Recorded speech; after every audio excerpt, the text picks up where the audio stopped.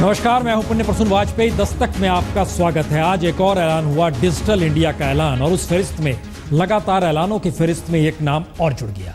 हालांकि इन सब के बीच पहला बार एक मौका आया जब इंडिया और भारत को एक साथ डिजिटल के जरिए मिलाने की कोशिश की गई। लेकिन महत्वपूर्ण यह है, इंडिया और भारत सरकार मानने लगी है। तो कई तस्वीर हमें लगा कुछ सपनों का जिक्र, कुछ सच का जिक्र जरा हो जाए।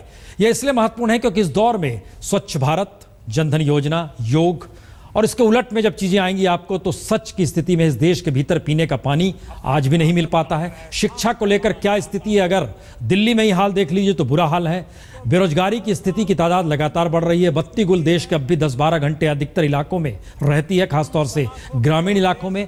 और शिक्षा स्वास्थ्य की तो कीजिए नहीं। लेकिन इन सब के बीच आज डिजिटल इंडिया का ऐलान ये सोच कर किया गया कि भारत और इंडिया के बीच एक मिलन की स्थिति में डिजिटल की परिस्थितियां लेकर आ जाएंगी। दस्तक में बात आज इस पर जरूर होगी कि जिस दिशा में डिजिटल इंडिया जाएगा, उस दिशा में क्या वाकई भारत जा पाएगा या नहीं जा पाएगा। लेकिन लगातार बीते घंटे दर घंटे, दिन दर दिन एक ही सवाल हो रहा है। एक ट्वीट आता है और देश के भीतर हंगामा मच जाता है। तो हमें लगा ये ट्वीट करने का मसला इस देश के भीतर क्या इस रूप में सोशल मीडिया के जरिए चल पड़ा है, जो देश की समूची सियासत को डिगा देता है, हिला देता है। क्योंकि अगर आप ललित मोदी के ट्वीट अकाउंट पर जाएंगे तो आपको सारे ट्वीट पढ़ने में तकरीबन 2 से ढाई घंटे लगेंगे। और उसको पढ़ने के बाद अगर वाकई ललित मोदी को इतनी गंभीरता से लिया जा रहा है, तो उसके ट्वीट को पढ़ने के बाद आपके जहन में कई सवाल रहेंगे। आज पहली रिपोर्ट, 2-2.5 घंटे तमाम ट्वीट पढ़ने के बाद किन स्थितियों में आपकी मानसिकता पहुंच सकती है, जरा इस रिपोर्ट को देखिए, समझ जाइएगा।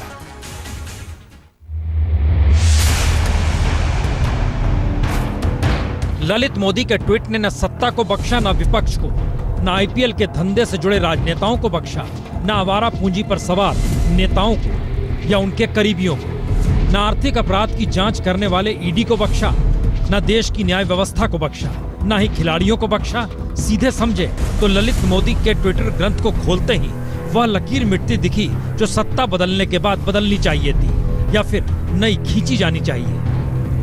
अगर ललित मोदी के ट्विटर को गंभीरता से लें तो 3 सवाल हर किसी को पढ़ने के बाद परेशान कर सकते हैं। पहला, सत्ताधारी देश में किसी के खिलाफ भी कोई भी आपराधिक मामला बना सकता है। दूसरा, अपराध की जांच करने वाली एजेंसियां भी सत्ता के अनुकूल ही कार्रवाई करती हैं। और तीसरा, सत्ता के अनुकूल रहे तो ठीक, ना रहे तो अपराधी।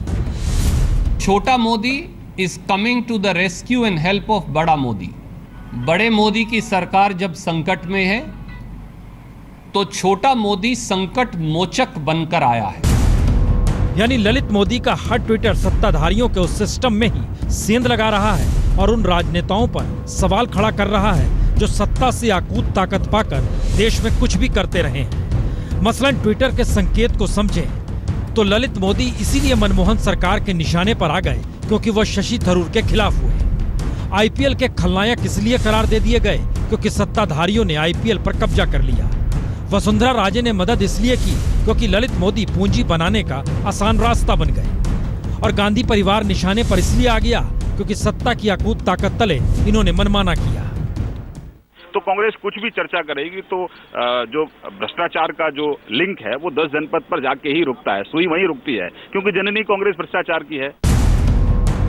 ध्यान दे तो ललित मोदी ने सत्ताधारियों के उस परसेप्शन पर चोट की है जो जनता के बीच बनती जा रही है। और सत्ताधारियों के आपसी टकराव ने उस ललित गेट को खोल दिया है जिसमें कोई भी कार्रवाई ललित मोदी को तो कटघरे में खड़ा कर सकती है, लेकिन उसी कटघरे में कई सत्ताधारी भी नजर आ सकते हैं। जाहिर फैसला ऐसे मौके पर प्रधानमंत्री मोदी को ही करना है कि ललित मोदी के ट्वीट से सत्ताधारियों का कच्चा चिट्ठा खुलने दें या फिर मौन तोड़कर सत्ता के परसेप्शन को ही बदल दें। इंतजार इसके लिए करना होगा। तमाम ट्वीट के जरिए मैसेज बहुत साफ आता है। इस देश के भीतर राजनेताओं को लेकर, सत्ता को लेकर परसेप्शन जनता के भीतर उत्सुकता से ज्यादा एक निराशा वाला भी है। और ये आज का नहीं है, मनमोहन सिंह के दौर से है। शायद इसीलिए ललित मोदी चोट करते हैं उस पर, और इसी चोट की वजह से सियासत अपने अपने तरीके से बंदूकें तान लेती हैं एक दूसरे के खिलाफ। आज भी कुछ ऐसा ही हुआ। एक ट्वीट, एक दस्तावेज, देखिए हुआ क्या।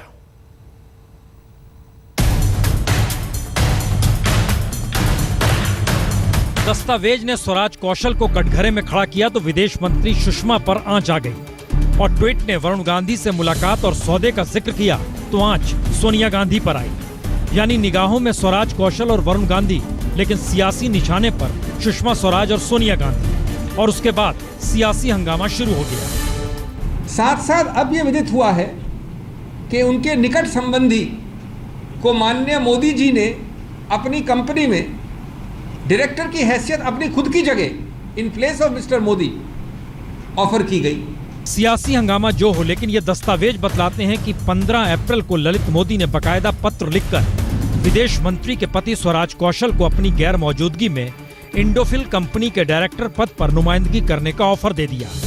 हालांकि स्वराज कौशल ने ललित मोदी का ऑफर ठुकरा दिया, लेकिन पहली बार इस पत्र ने ललित मोदी और स्वराज कौशल के बीच उस निकटता को दिखला दिया जो अभी तक प्रोफेशनल कामकाज तले दबी हुई थी।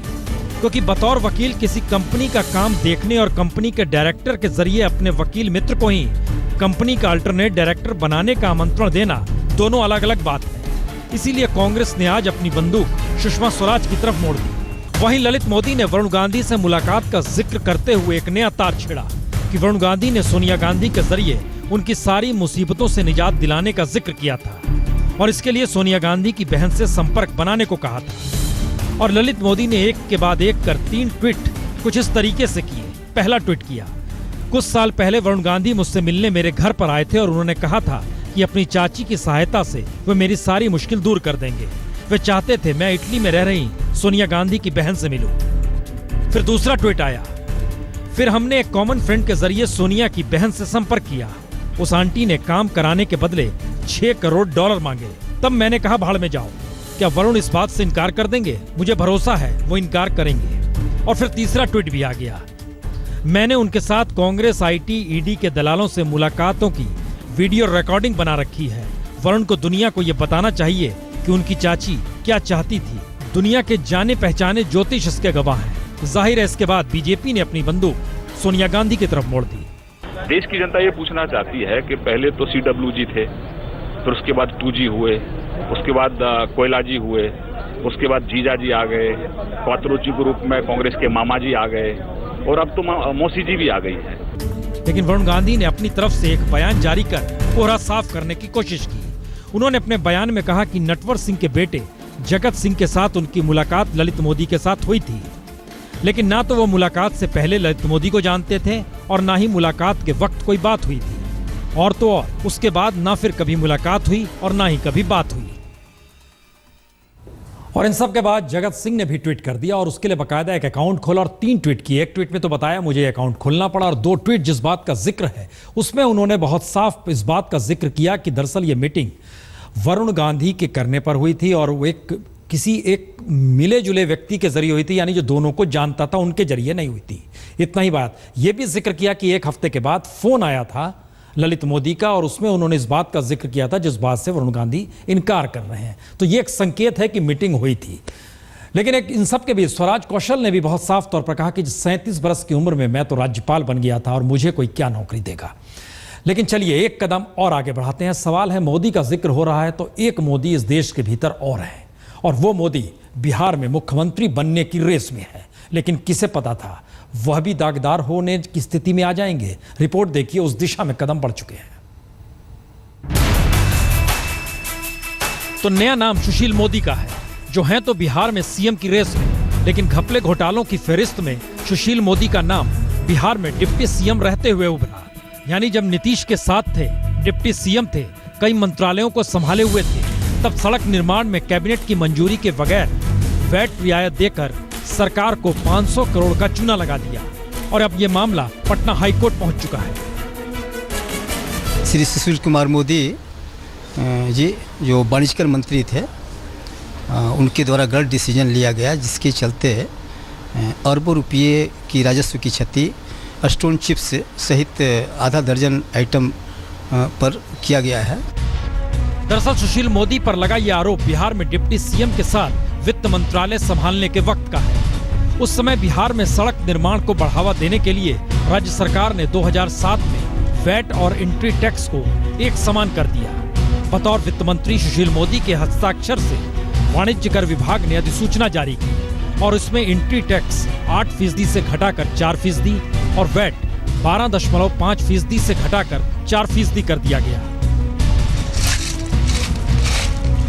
यानी सड़क निर्माण के लिए जो स्टोन चिप्स और बिटुमेन बाहर से आया वो सस्ते में आ गया, लेकिन इससे करोड़ों के राजस्व का नुकसान बिहार सरकार को हो गया। वहीं ठेकेदारों को फायदा हो गया और सीएजी ने भी अपनी 3 साल पहले रिपोर्ट में इस राजस्व नुकसान का जिक्र किया, लेकिन बावजूद इसके अधिसूचना जो जारी हुई वो रद्द नहीं हुई। ऐसे कि अब तो मामला न्यायालय में है ना, तो कोर्ट फैसला करेगा। 4 महीने में इसलिए कह रहे कि ये तो आज से थोड़ी चल रहा मामला, इसका जवाब तो सरकार को देना है, हम तो सरकार में नहीं ना है। जिस समय ये फैसला लिया गया उस समय बिहार में सड़क निर्माण की बहुत ज़रूरत थी, पर यदि सही प्रक्रिया से कैबिनेट की मंजूरी लेकर अगर ये फैसला लिया गया होता तो आज ये सवाल नहीं उठते। खास बात यह है कि उस वक्त सीएम नीतीश कुमार ने इस फाइल पर बकायदा ये लिखा था कि इससे राज्य सरकार को लाभ क्या होगा। उसका जवाब नहीं दिया गया, लेकिन आज जब सुशील मोदी से इस मामले पर हमारे रिपोर्टर ने पूछा तो मामला अदालत में होने की बात कहकर सुशील मोदी जी ने चुप्पी साध ली। जाहिर है ये रास्ता किस दिशा में जाएगा, किस दिशा से सही रास्ते पर आएगा, ये सवाल दिल्ली में एक बार उठा था। केजरीवाल जिक्र करना जरूरी है क्योंकि केजरीवाल भ्रष्टाचार पर नकेल कसने के लिए तामझाम के साथ दिल्ली के तालकटोरा स्टेडियम में जुटे थे। बड़ी भीड़ थी, कार्यकर्ता थे, खर्च कितना हुआ यह भी सरकार बताने की स्थिति में नहीं है। जरा रिपोर्ट देखिए, आरटीआई से निकलकर ये दस्तावेज सामने आए हैं। दिल्ली को भ्रष्टाचार मुक्त करने के लिए 5 अप्रैल 2015 को अरविंद केजरीवाल ने तालकटोरा स्टेडियम में धूम धड़ाके के साथ हेल्पलाइन नंबर 1031 शुरू किया। फिर पोस्टर लगे, रेडियो से लेकर अखबारों में विज्ञापन दिए गए, यानी पैसा जमकर बहाया गया। 1031 की रीलॉन्चिंग प्रोग्राम में कितना पैसा खर्च हुआ, जब ये बताने की बारी आई तो पारदर्शिता की बात करने वाली केजरीवाल सरकार को सांप सूंघ गया। आरटीआई दायर हुई तो वो director of information and publicity से लेकर जनरल एडमिनिस्ट्रेशन और विजिलेंस डिपार्टमेंट तक सब जगह कई दिन घूमती रही, लेकिन जवाब नहीं मिला। जतिन गोयल जी की तरफ से हमने ये आरटी लगवाई थी 24 अप्रैल को और हमने 5 बड़े सवाल दिल्ली सरकार के सामने रखे थे। एंटी करप्शन ब्रांच में एक केस ट्रांसफर होने के बाद में एक फॉर्मेलिटी के तौर पे डायरेक्टर ऑफ विजिलेंस ने हमें जवाब भी दिया, चिट्ठी लिखी। उसमें उन्होंने बोला कि आपके द्वारा पूछे गए 5 सवालों के हमारे पास में कोई उत्तर नहीं है, कोई इनकी जानकारी नहीं है। तो एक एक पैसे का हिसाब बताने वाली केजरीवाल सरकार को पता ही नहीं कि खर्च हुआ कितना, और जिस हेल्पलाइन नंबर 1031 के जरिए भ्रष्टाचारियों को पकड़ने का दावा पोस्टरों के जरिए केजरीवाल कर रहे हैं, उसका भी हिसाब किताब सरकार के पास नहीं है। क्योंकि जो पोस्टर में लिखा है कि वो सच है कि नहीं, कोई नहीं जानता। सरकार बताने की स्थिति में नहीं है कि कौन भ्रष्टाचारी गिरफ्तार, तो पोस्टर से लेकर तालकटोरा कार्यक्रम के खर्च पर केजरीवाल मौन है। आरटीआई अलग अलग विभागों के चक्कर लगाने के बाद सीएम दफ्तर पहुंची तो वहां से भी आरटीआई लगाने वाले शख्स को रिकॉर्ड ना होने की बात की गई, जबकि ये वही सीएम दफ्तर है जो अभी तक अपने इस कार्यकाल में 1031 हेल्पलाइन को अपनी सबसे बड़ी उपलब्धि बताते आया है। सत्येंद्र भाटी और कैमरामैन लोकेंद्र के साथ रवीश पाल सिंह, दिल्ली आज तक। तो अब आप वैकल्पिक राजनीति की कैसे सोचेंगे जब केजरीवाल का यह हाल हो चल रहा है। लेकिन इन सब के बीच दिल्ली चुनाव के बाद सबकी नजर है बिहार चुनाव पर, और बिहार चुनाव को लेकर प्रधानमंत्री भी कहा जा रहा है कि मुजफ्फरपुर में पहली रैली करेंगे जो 25 या 26 को जाएंगे। लेकिन इन सब के बीच नीतीश कुमार घर घर दस्तक देना चाहते हैं, और विपक्ष इस दस्तक को क्या कह रहा है, दोनों सुन लीजिए जरा। इससे ये जन संवाद और जन संपर्क का बड़ा कार्यक्रम आज तक कभी हुआ ही नहीं है। इसका मुख्य उद्देश्य है घर घर में दस्तक देने का, कि हम सरकार की उपलब्धियों को, नीतीश कुमार के नेतृत्व में जो बिहार का विकास का काम हुआ है, इसके विषय में लोगों से जानकारी प्राप्त करनी। अभी तो हर घर पर अपराधी दस्तक दे रहे हैं। खुदा का शुक्र है नीतीश जी को भी याद आया कि वो दस्तक देने जा रहे हैं। अपराधी की दस्तक से बिहार की जनता को बचाएं नीतीश कुमार जी। अपराधी हर दरवाजे पर दस्तक दे रहा है, लोग डरे सहमे हैं, उसकी चिंता करें। वो गृह मंत्री भी हैं। चलिए अच्छा है, हम रात के 10 बजे दस्तक देते हैं, वो घर घर दस्तक देंगे। लेकिन बहरहाल इन सब के बीच आज डिजिटल इंडिया की शुरुआत हुई। कुछ सवाल अनसुलझे हैं, कुछ सपने सच से दूर हैं। रिपोर्ट देखिए।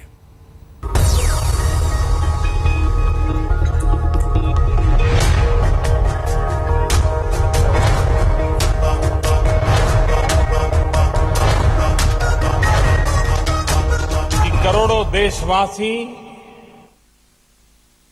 जिन सपनों को संजो रहे हैं वे सपने साकार होके रहेंगे। प्रधानमंत्री नरेंद्र मोदी ने आज 1 लाख करोड़ के ई ख्वाब का ऐसा ताना बाना बुना कि लगने लगा आने वाले दिनों में आम आदमी को अस्पताल से लेकर स्कूल तक और किसानों को खेत से लेकर मंडियों तक कोई समस्या नहीं होगी। इंटरनेट के घोड़े पर सवार होकर हर शख्स चुटकी में न केवल हर जानकारी पाएगा बल्कि बिचौलियों का खात्मा होगा और हाशिए पर पड़े लोगों तक सरकार भी पहुंच जाएगी। अब आप सबकी सारी चिंताएं चुटकी में क्लिक से दूर हो जाएंगी। प्रधानमंत्री का ये ख्वाब हकीकत में बदल जाए तो इससे बेहतर कुछ हो नहीं सकता, लेकिन ख्वाब पूरा होने में कई अड़चने हैं और इसका अंदाजा सरकार को भी है और शायद इसीलिए कार्यक्रम के दौरान 2 भारत के बीच डिजिटल खाई का जिक्र भी हुआ। एक भारत सरकार से मीलों दूर है और दूसरा भारत सरकार से दिन में कई बार मिलता है। तो सरकार डिजिटल इंडिया के जरिए 2 भारत को एक साथ लाना चाहती है। देश में इंटरनेट की स्पीड 2 Mbps है और इस मामले में भारत का नंबर दुनिया में 92वां है। गाँव के हालात तो और खास्ता है। देश के ज्यादातर इलाकों में अभी भी बिजली 10 से 12 घंटे बामुश्किल आती है। इंटरनेट से जुड़ी तमाम सुविधाएं लॉन्च हो रही हैं, लेकिन इंटरनेट के सुपर हाईवे पर चलना सीखने के लिए भारत के पास कोई कार्यक्रम नहीं है। हिंदी समेत तमाम क्षेत्रीय भाषाओं में कंटेंट की भारी कमी है। गांव देहात के लोग सारा काम अपनी भाषा में करना चाहते हैं। ये सुविधा जब तक हम गांव गरीब किसान तक नहीं पहुंचाएंगे तो ये विकास की जो बातें हैं न वो उसका लाभ उठा पाएगा न हम उसको सेवा दे पाएंगे। इसीलिए सवाल योजनाओं को लागू कराने का है, क्योंकि देश में आम आदमी को मदद देने वाली योजनाओं का हाल यह है कि एक दिन पहले ही राजस्थान के पाली जिले में एक महिला को सड़क पर डिलीवरी करनी पड़ी।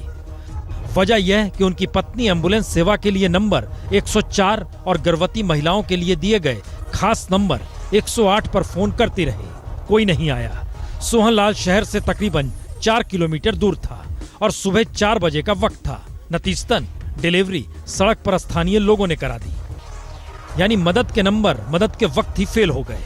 और एक दूसरा सच यह भी है कि देश के ग्रामीण इलाकों के 75% और शहरी इलाकों में 79% लोग इलाज के लिए निजी अस्पतालों की तरफ भागते हैं, क्योंकि सरकारी अस्पतालों पर भरोसा नहीं या फिर वहां पर सुविधा नहीं। और ये आंकड़ा और किसी का नहीं, सरकार के ही संगठन NSSO ने दिया है, यानी सवाल बुनियादी ढांचे का है।